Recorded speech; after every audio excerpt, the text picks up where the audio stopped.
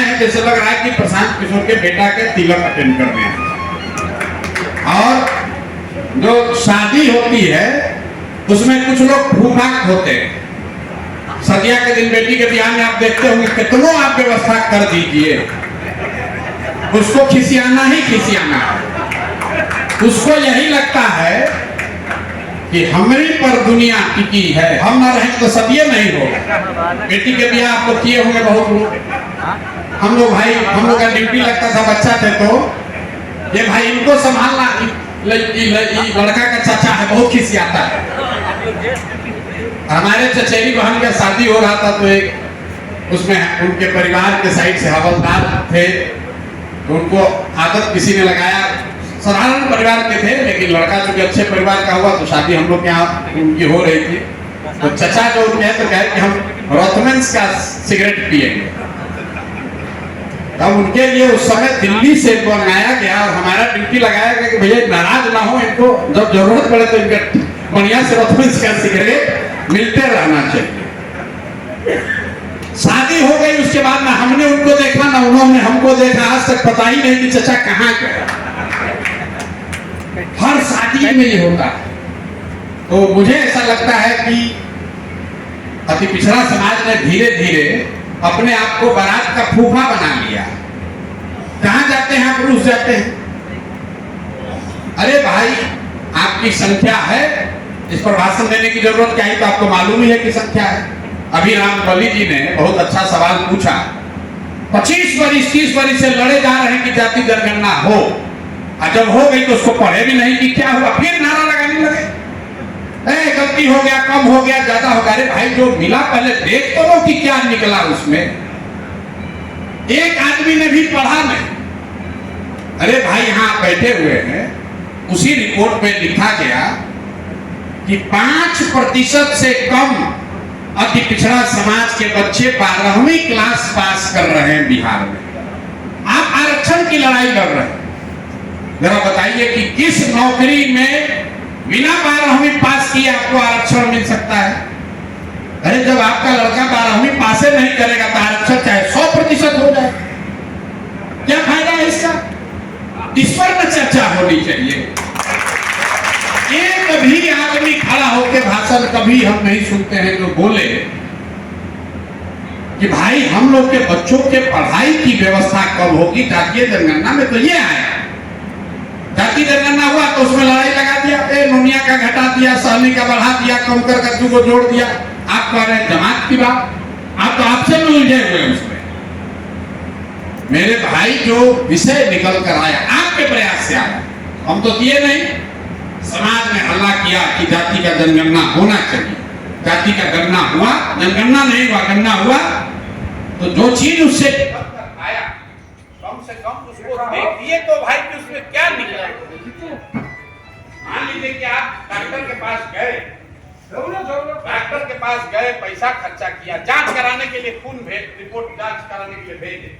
जो रिपोर्ट आया उसको देखिएगा ना भाई, देखे भी नहीं कि बीमारी किस वजह से।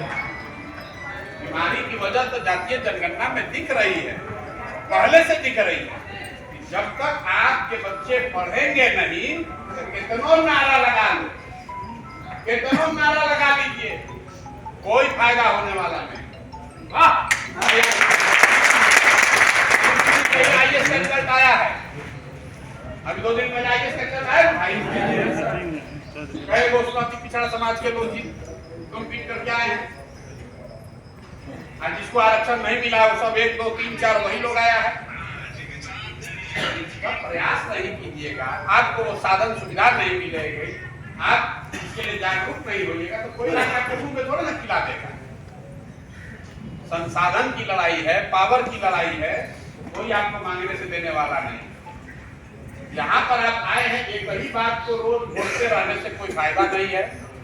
जो बात धन सुराज ने मूल बात कही, मास्टर साहब को अच्छा लगे कि खराब लगे, मास्टर साहब को अच्छा ही लगेगा कि हम कहें कि चरपटिया से नोनिया लड़ेगा, तो मास्टर को सब अच्छे अच्छा दिखने लगेगा, वो बात अलग है।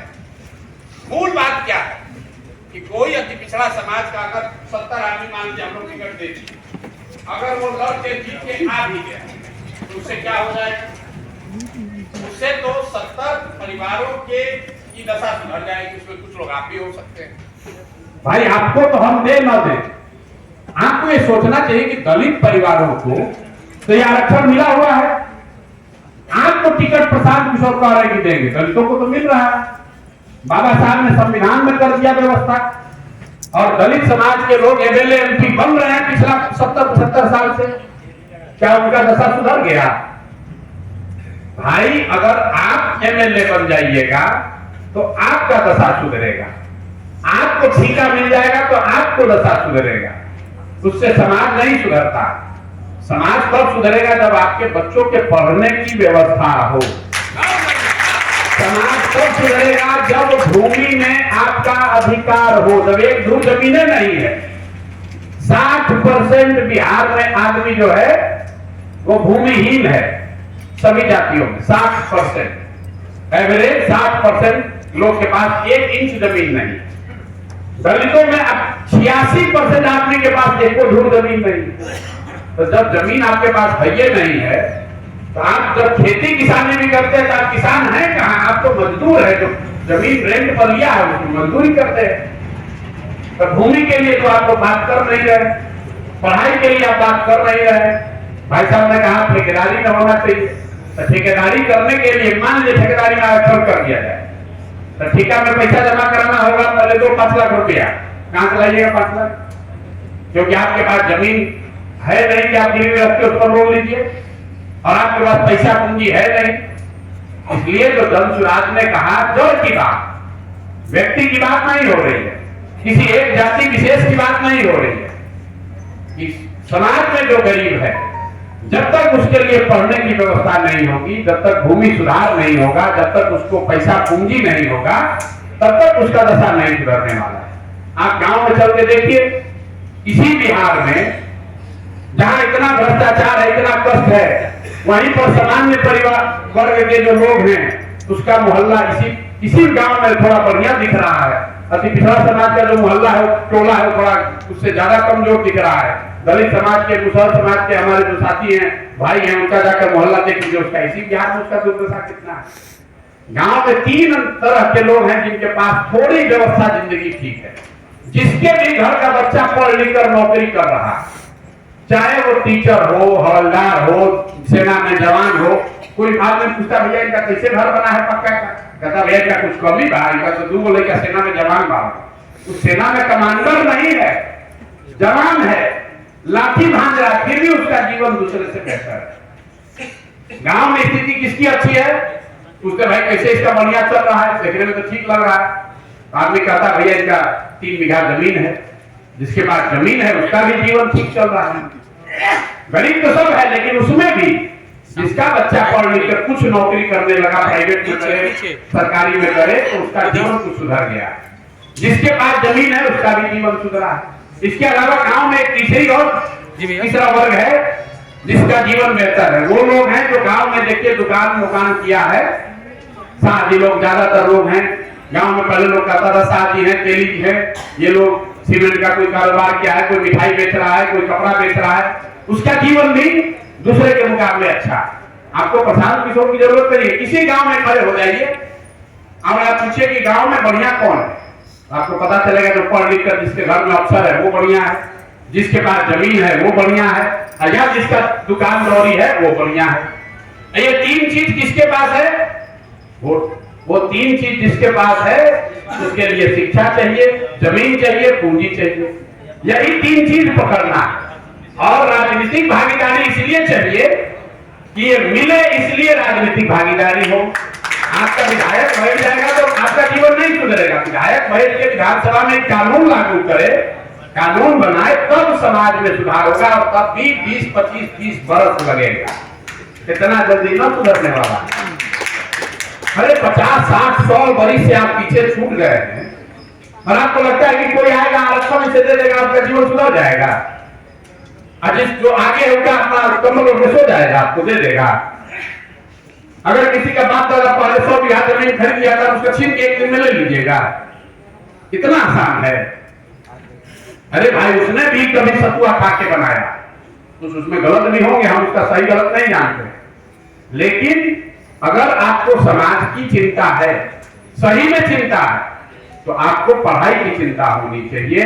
आपको ऐसी व्यवस्था बनाने की चिंता करनी चाहिए जिसमें बच्चों के पढ़ाई की बात हो, जिसमें भूमि सुधार की बात हो, जिसमें यह सुनिश्चित किया जाए कि बिना गारंटी के बैंक से अति पिछड़ा समाज के, दलित समाज के लोगों को लोन कर्ज मिलेगा, तब न ठेकेदारी कर पाइएगा कि दुकान खोल पाइएगा। अभी किसी बैंक में जाइए, वो कहेगा 5 लाख लोन चाहिए तो जमीन दो, तो जब जमीन है नहीं तो लोन मिलेगा कैसे? अरे भाई, बैंक तो जाति नहीं देखता है लोन देने में। आप ये कभी सोचे कि भाई बैंक तो जाति के आधार पर लोन नहीं देता है, आपको लोन कम क्यों मिलता है? सिंपल बात है कि आपके पास देने के लिए, रेहम रखने के लिए कुछ है ही नहीं है, तो आपको मिलेगा कैसे? रेहम रखने के लिए कुछ होगा तब ना कर्जा लेकर कुछ काम कीजिएगा। तो जन सुराज ये बात कह रहा है कि आपको आरक्षण मिला हुआ है, वो आगे जैसे है वैसे चलता रहे, लेकिन उस आरक्षण का अगर लाभ चाहिए तो एक ऐसी व्यवस्था बनानी पड़ेगी जिसमें आपके बच्चों के लिए शिक्षा हो, जिसमें बिहार में भूमि सुधार हो, और जिसमें कानून बनाकर यह सुनिश्चित किया जाए कि सरकारी गारंटी पर लोगों को कर्ज मिले और उस पर ब्याज 10%, 20% नहीं, 4% ब्याज लगे। 4% ब्याज लगे, बाकी का ब्याज सरकार भरे, तो अपने समाज के लिए स्तर पर फायदा होगा। ये बात हम पिछले 2 साल से 2.5 साल से कह रहे हैं, कुछ लोगों को समझ में आ रहा है, कुछ को नहीं आ रहा है। अब इसको घर घर पहुंचाने के लिए आप हमारा मदद, दल समाज की मदद, अपने समाज की मदद कर सकते हैं। उसके लिए ये बैठक बुलाई गई है। 4 महीना का समय बहुत लंबा समय, कुछ लोग कह रहे हैं सिर्फ 3 महीना बाकी है। अरे भाई, 3 महीना आप काम करने के लिए तैयार हो जाए तो क्रांति आ जाए।